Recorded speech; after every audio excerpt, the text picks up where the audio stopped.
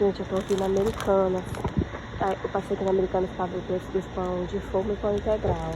Aí o de forma tradicional tá R$6,99 e o integral tá R$7,99. Porém, eu não gosto desse integral. O integral é esse. Eu não gosto muito desse. Aí eu vou levar um desse, que é o tradicional, né?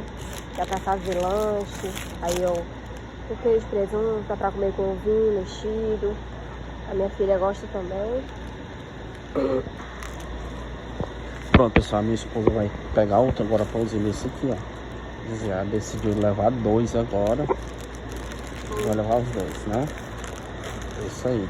Aqui também tá 6 por 11. Tá barato, né? Tá. Eu acho que tá. Aqui no supermercado é 2 poucos, só um. Tá?